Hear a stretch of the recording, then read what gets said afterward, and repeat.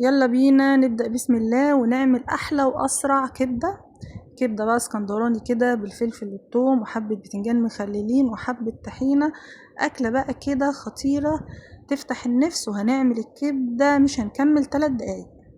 يلا نسمي الله ونجيب صينية او طاسة المتوفر عندنا ونحط حبة زيت ومعانا بقى حتة دهن او ليا المتوفر عندك. هنسيحهم كده مع بعض ومعلقة ثوم وهنحمر الثوم. مش عايزين الثوم يحمر قوي، يا دوبك كده يبقى لونه ذهبي. معانا الكبده بقى مقطعينها، وللعلم الكبده يا جماعه ما بتتغسلش، الكبده ما بتتغسلش، فاحنا هنقطع الكبده اي تقطيع انت حباها. خلاص كده هننزل بالكبده.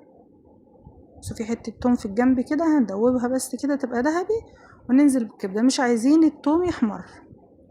بسم الله، ما شاء الله الكبده تحفه.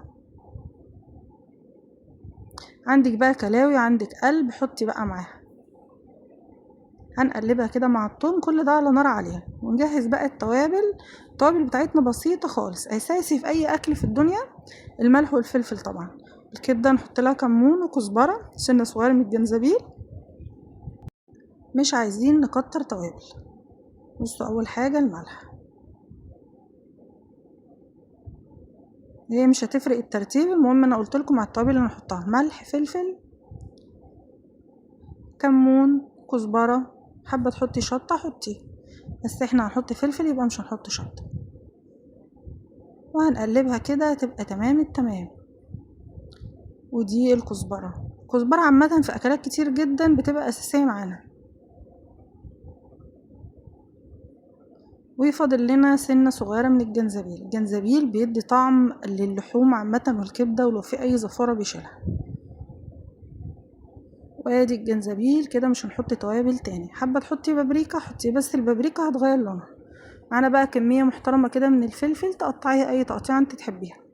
هنا انا كنت بفكر احط نص كمية الفلفل، بس ابني للاسف قال لي حطي الفلفل كله، لان احنا بنحب الفلفل يكون متطعم بالكبده بقى وبيكون خطير. عامه كل ده هيهبط اول ما يستوي.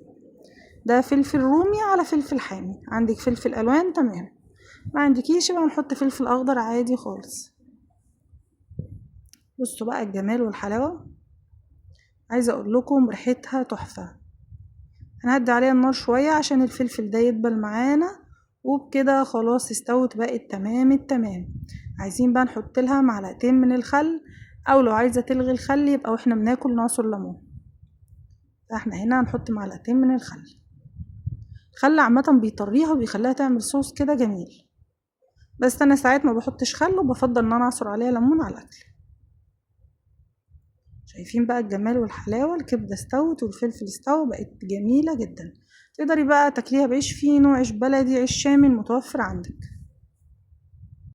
وبكده يكون الكبدة بتاعتنا استوت وبقت تمام التمام. وعملنا طبق طحينة وطبق بتنجان مخلل، حاجة بقى كده تفتح النفس. وزي ما قلتلكم رغيفين بقى بلدي شامي فينو، وبألف هنا وشفا. وما تنسوناش في اللايك والشير، واقول لكم مع السلامة.